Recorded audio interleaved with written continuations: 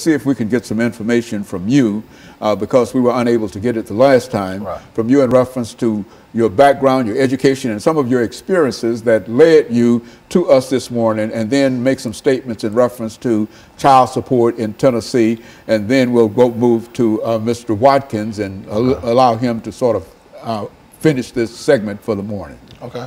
Well, I came out of Glencliff High School, like my buddy here, didn't graduate, went through the system to graduate, get GED, and just got, going through life changes, ups and downs. But we also been in the child support system, like he said, 20, 30 years, where we can't win, and it's time for us to take back our stand on it. We keep falling for everything. We got to stand for something. And this child support thing, it got to be, well, the average man these days don't even want to work a job. They taking half his check, the child at home don't get the money, the state taking all their money, and then you left with $100, $200 to feed for 2 or 3 kids. So that's what we man know. We're taking back our lives.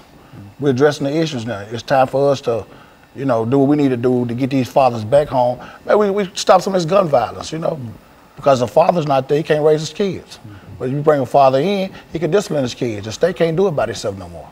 Now, when we talk about child support, and I think a large number of members of our audience might think in terms of supporting that child for a certain amount of years and et cetera. But what's your view in terms of child support, which is to say that you are paying for your child, yes, sir. But at the same time there are some issues that you like to deal with. Yes, sir. I found out just the other day, I'm advocating child support every day. I just found out the other day I was with my kid's mother 24 years. And I just found out the other day I'm $139,000 behind on child support payments. So how that system add up? I was with my kids every day of their life, all 3 of them. But I'm behind, I take care of my kids. It's how the system is trying to portray us as not doing, but because we're not paying the system. But we keep paying the system, we can't feed the child. We got to have something for a man to live. And so are you still with your wife? No, sir. But you're still paying to support your children every day. And you feel that they're taking more money out of whatever salary you have. Yes, sir. And some of that money does not go to the child. None of the money go back. But the money, for the most part, goes to the state. Yes, sir. What do you think about that, Mr. Watkins? I mean, it is true. As you just asked me, about going towards child, it's true. I've had the mother me called me and asked me, well, when is your job going to send the money? I said, what do you mean? It's coming out of my check. Well, they send it when they want to send it. And it causes conflict within the household. I've lost a house. I lost my family. I've lost cars. I've lost jobs and everything. I've lost my freedom over child support. And, it took a real big toll on me mentally and emotionally because, I desire to be home with my kids. My kids are my everything.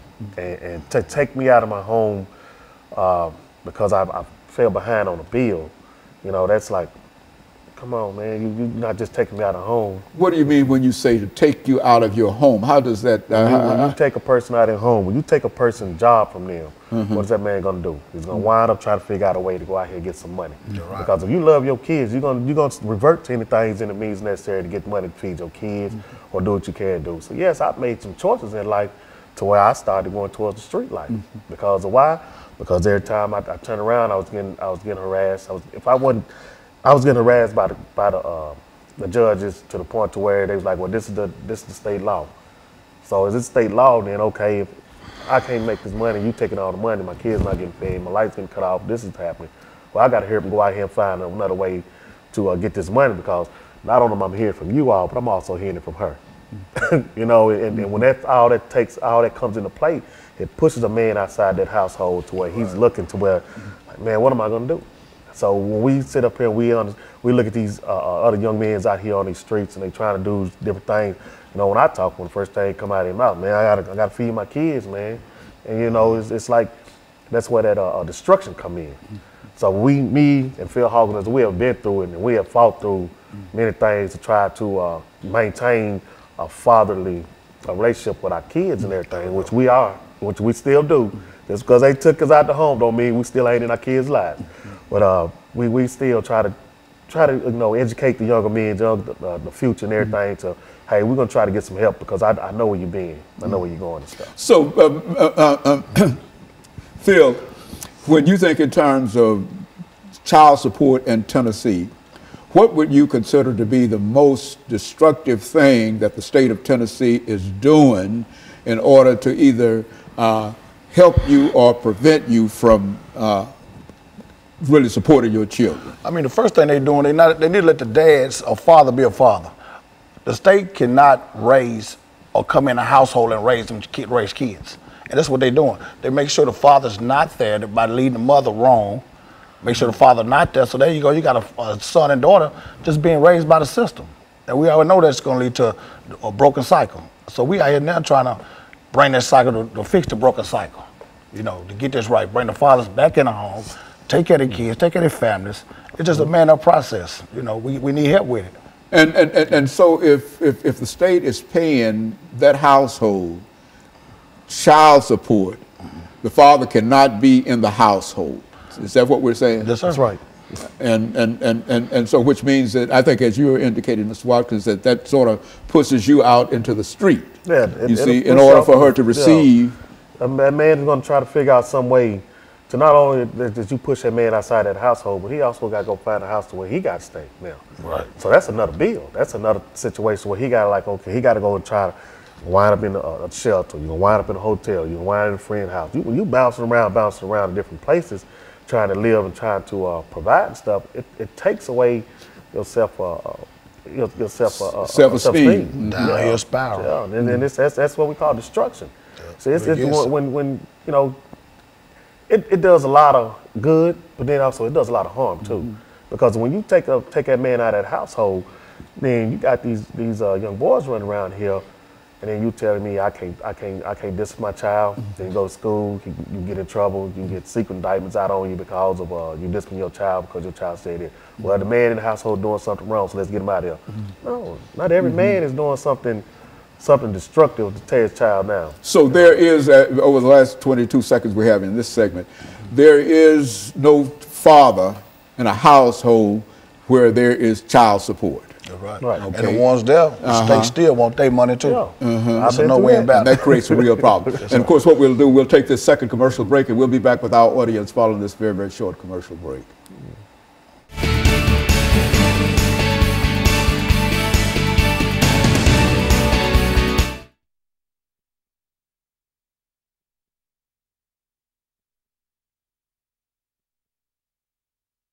Whatever you want to say in reference to it, because I mean, a lot of folks don't seem to understand this. I mean, when we say that he has to pay child support, we only think in terms of whatever child support that comes in. But the state takes that money.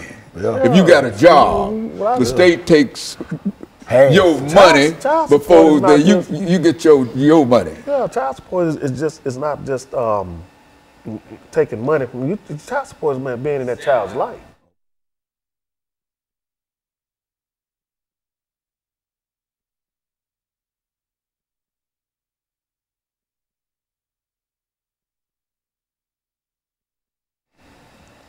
Thank you, and welcome back to the final segment of the show for today.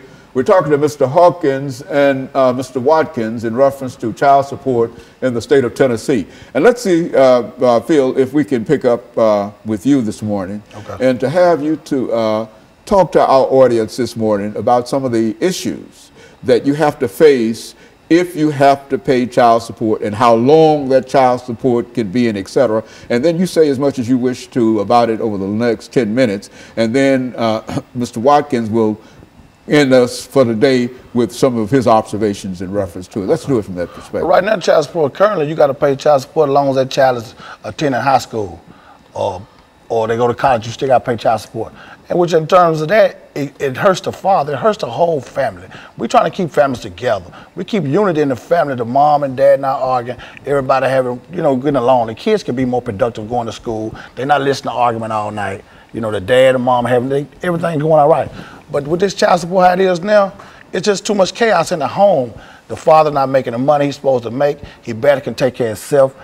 Then the state taking half his check, so he coming home with a half a check to take care of this family of 3 and 4. So it leads them to a broken cycle of despair. I mean, you know, alcoholism, drug addiction, all that, you know, comes in a part of it because the man get to the man, what can I do? You know, I'm just out here, you know. And we're just trying to change a lot of that. We got a program now. We're trying to do it 90 days. Get each father 90 days. No child support. 90 days to get themselves together. Get a job, get yourself together, stand up. And then the child support can start taking some out, you know, work out a little modification program with the father, but you can still get a mother $100 a month. But that's a whole lot better than taking a man, have a man check.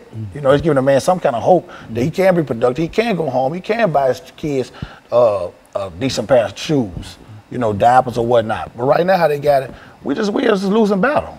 You know, we have to reform this. And so, Mr. Watkins, there are a large number of men, not only African-American men, but specifically we're concerned about African-American men today in reference to what we're talking about here. But there are a large number of African-American men that get caught up in this system of child support. If they get a job, you're telling us, then whatever that pay is, the state intervenes and takes part of that money before he can get the. Is that what we're saying here? Yes. Talk about that.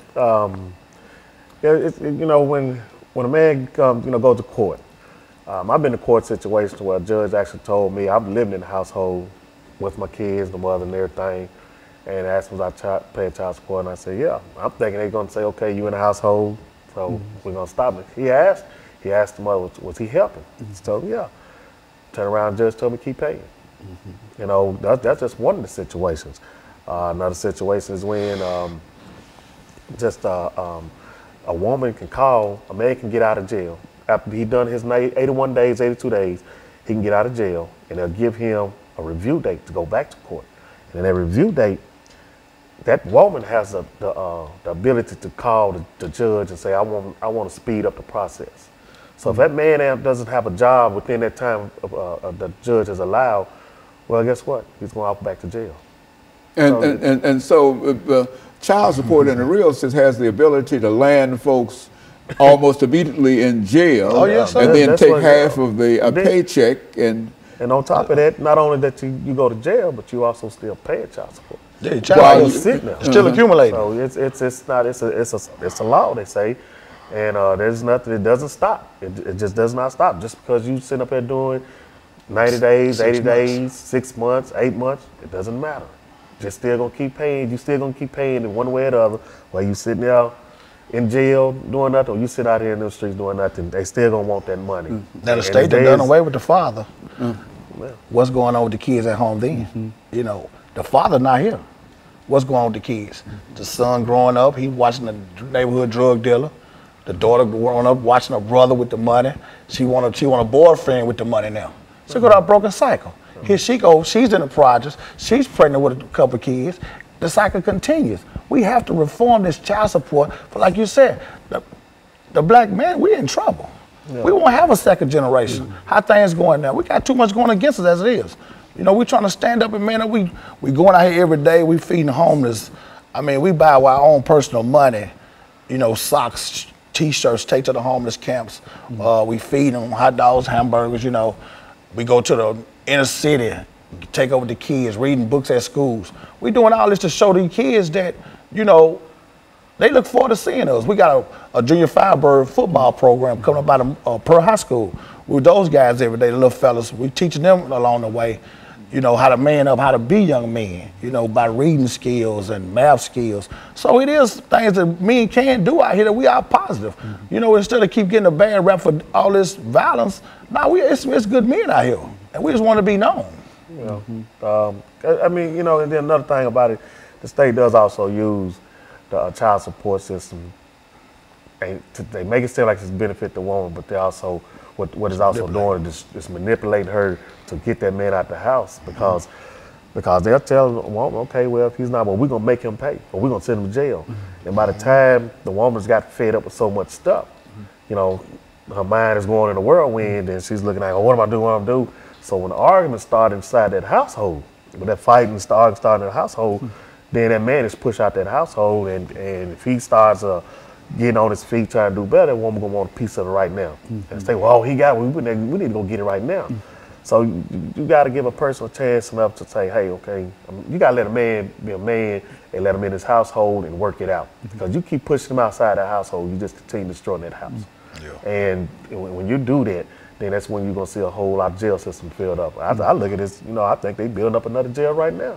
Modern day slavery. Well, look here, is there any effort, and I think that you've already mentioned that there's an effort on your part to deal with the state legislature to pass a law and et cetera. What would such a law be like? And, what would such a law say? There'll be a 90-day program. In this 90 days, a man can man up, get a job, get himself together, get housing, get adequate clothes to go get a proper, a job, a better job if need be, where he can reach a child support level or balance out. Okay, within this process, each month he would get a mom in return $100. He's trying to get himself back up, just redeem himself. That's what we got to do. We have to have that 90 days before they got a bill out now that's saying, when you go to the custodial parent and y'all can make an agreement to pay your child support on time for a year and they'll waive all your back pay. But these men need some immediate. What if they don't have adequate shoes to go to an interview? Give them a chance to get on their feet where they can be productive citizens and then go into it. A person who might be arrested, Mr. Watkins, we're saying, for not paying child support, that he serves his time, and as soon as he's out of jail, he's been in jail for whatever that time might be, and as soon as he's out of jail, he has to immediately start paying child support. That's right. Is that what we're saying? And that's why you feel that there ought to be some kind of reform within the system. Help us out. We gotta give us a time frame. 90 days. We can get out, get on our feet, get a nice decent job, get adequate clothing. To be productive. You just coming out of jail, you behind. Everybody needs assistance. Sometimes there's a lot of men who didn't choose the right path, but a lot of men who have. You have men in the household that's all working, that's all taking care of their kids, and they still is in the child support system. So it's a no-win situation for us. So it's a real problem when a mother decides that she's going to have that individual, her husband, to pay child support. That has created a real problem for him. Is that what? Yeah, because you're taking a man's self-esteem away from him, because a man that's living inside a household, taking care of his kid, prides himself off of that. And when you keep talking about money, and then this man go out and work a legal job, and you make him feel like, hey, it's not enough money. you take his self-esteem down to where that'll break a man down to the point where he stops doing other things. And like I said, destruction could come to where you could be turned to alcohol or drug abuse and all that. And it's just a lot. It's a wide variety of things that could happen. And that's why we're like, okay, let's see if we can get together and talk to the mayors, the governors, legislators, and stuff to see how we can get the man and the woman back to working together as one to bring it back to the household and build these households up and build these kids back up to where it's supposed to be. And so over the last 10 seconds we have here, so that's the objective of your organization to sort